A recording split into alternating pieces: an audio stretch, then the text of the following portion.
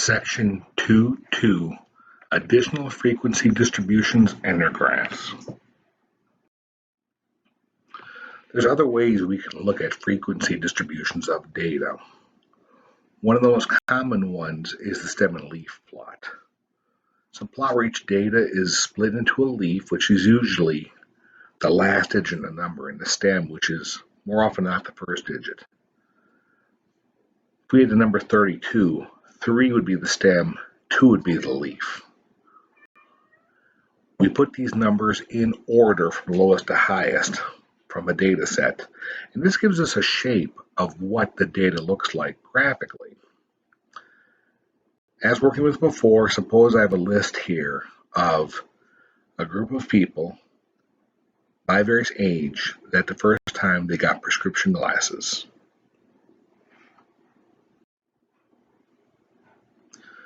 Here is my stem and leaf plot. Same data I was looking at, but I've sorted it into 10s, 20s, 30s, 40s, 50s, and 60s. My first group in the 10s are the ages 12, 14, 14, 14, 16, and 18. The 1 is the stem in that 12. The 2 is a leaf. And as you can see, I do 1 in the stem, then there's a 2 in a leaf, then there's a 4 in a leaf for the 14, another 4 in a leaf for another 14, another 4 in a leaf for another 14, a 6 for the 16, and 8 for the 18. I do this with all the data, and as you can see, I do sort this from lowest to highest within each group. Advantages are that you can see where the majority of the data lies. You can do this rather quickly. And you can see all the individual scores. If you had a bar chart, you can't. You just see the summation. But here you can see each individual score, such as we saw 3 12s on there before. It lets you know how the data is distributed, if it's random or there's a certain shape to the distribution. The biggest problem with stem and leaf is you can really only go anywhere from 15 to 150 data points. It becomes too cumbersome after that. And as you can see, it's usually easier for smaller data sets. If we have larger data sets, over 150, 200, 300, easier to use a dot plot or histogram, as we'll talk about in a little bit. A dot plot uses the same data and formation as the stem and leaf, except each dot represents an individual point at an individual place.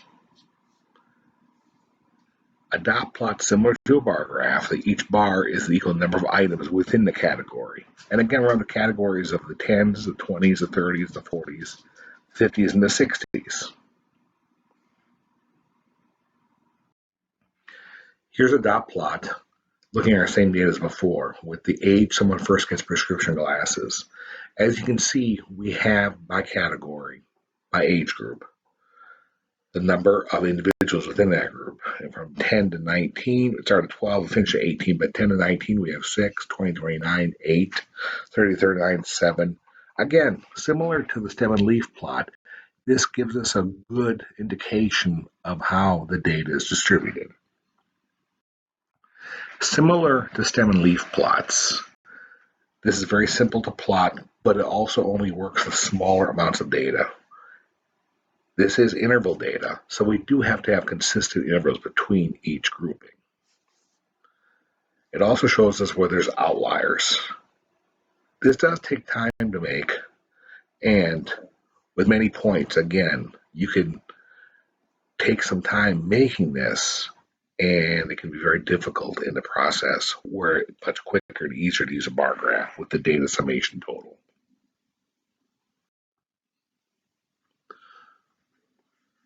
Now, pie charts is another way of looking at data. This gives us a proportion compared to the whole circle being 100%, and the components within it. It's more a visual representation, so someone can have an easy interpretation. As I said, it's a fraction of the whole, so it makes it very effective to communicate a story. It can also look at numbers within it, and you can put those numbers either within the graph or outside of the graph, pointing to those each of those individual components. Now, the problem with a pie chart is that if you have too many pieces of pie, no pun intended, very difficult to discern or differentiate different data points. And if you have more than 7 or 8 bits of data, this makes it very difficult to really assess what's going on. The other component is, are we using raw numbers or are we using percentages? Here's our same data with the age someone first is when they get prescription glasses. On the left, I have the raw data. On the right, I have that percentage. Now, if you look at this, the graphs look exactly the same in terms of those pieces of pie because they are the same. If we have 6 people getting pairs of glasses, that's the same as 20%. If I have 6 other people getting pairs of glasses, also 20% here. So what we're looking at here is the same information, but conveyed in different ways. The left is raw data, the right is percent. And when you talk about raw data, that may not have any meaning to a lot of people, depending on the context. We may not know if trillions of dollars is good or bad or big or small or made of megawatts or thousands upon buildings. But when we see the percentage as compared to other areas, this gives us a clear understanding of what we're looking at. A Pareto chart. We're going to talk about Pareto charts towards the end of the semester when we talk about statistics and quality. A Pareto chart allows us to look at data more cumulatively and determine where the greatest issues are, the greatest flaws are. What we're doing here is it shows us where the situations, the problems are more significant. I've got a list here of various complaints at a restaurant over a year. Too noisy, 27 complaints, overpriced, 789. Many different numbers, 10 different kinds of complaints.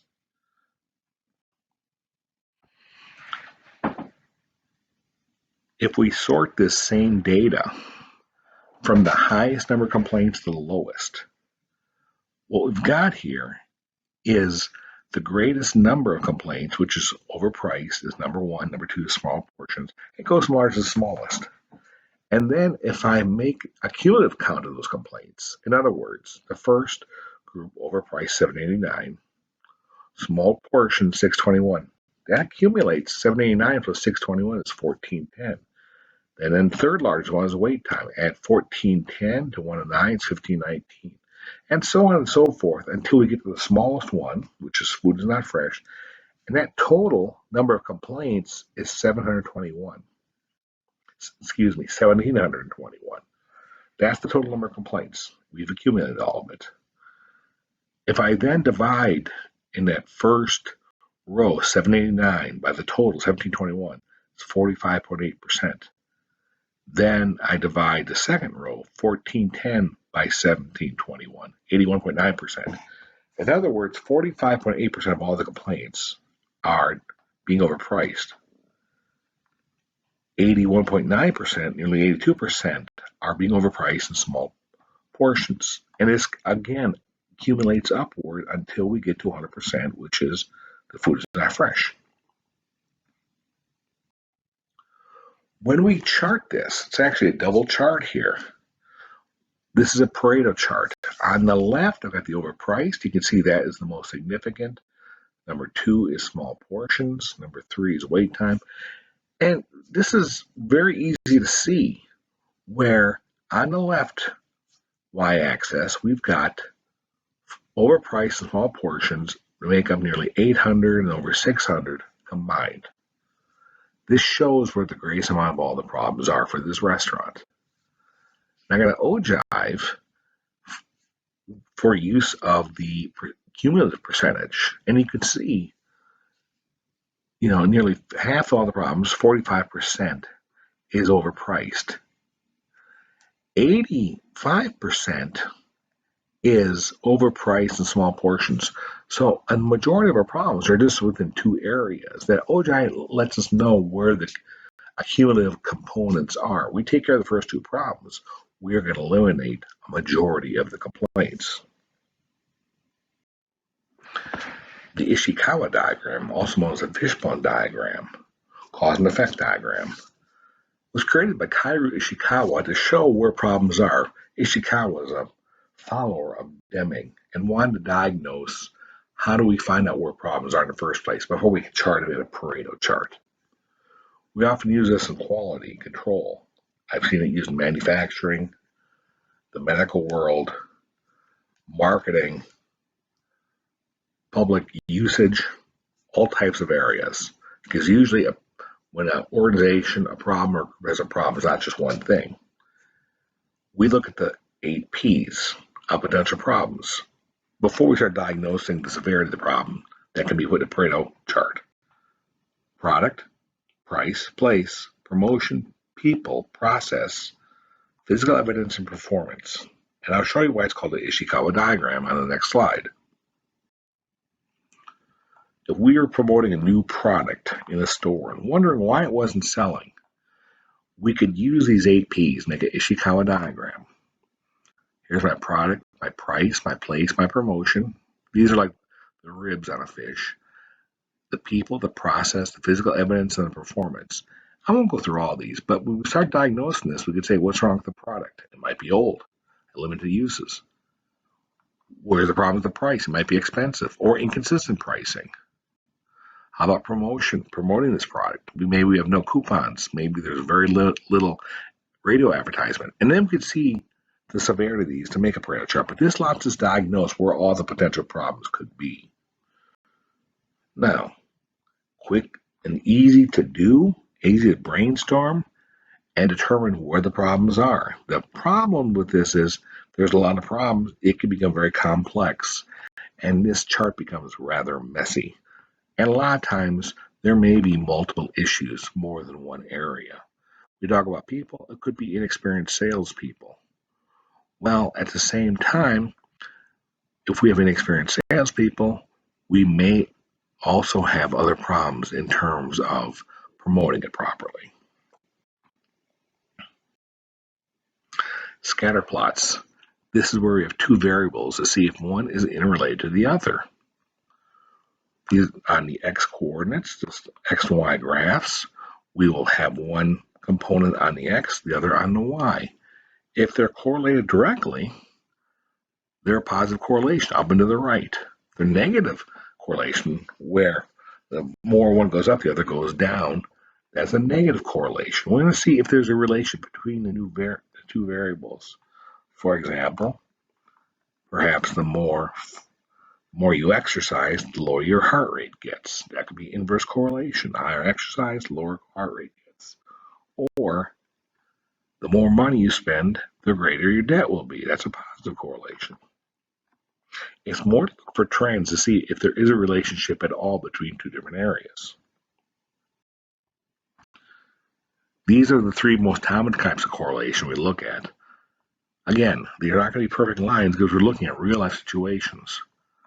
But on this first one, positive correlation to the very left, up and to the right. The greater x is, the greater y is. Negative correlation. The greater x is, the less y is. The greater y is, the less x is. And then on the very right, no correlation, no interrelationship at all between the x-axis and the y-axis or the two different components.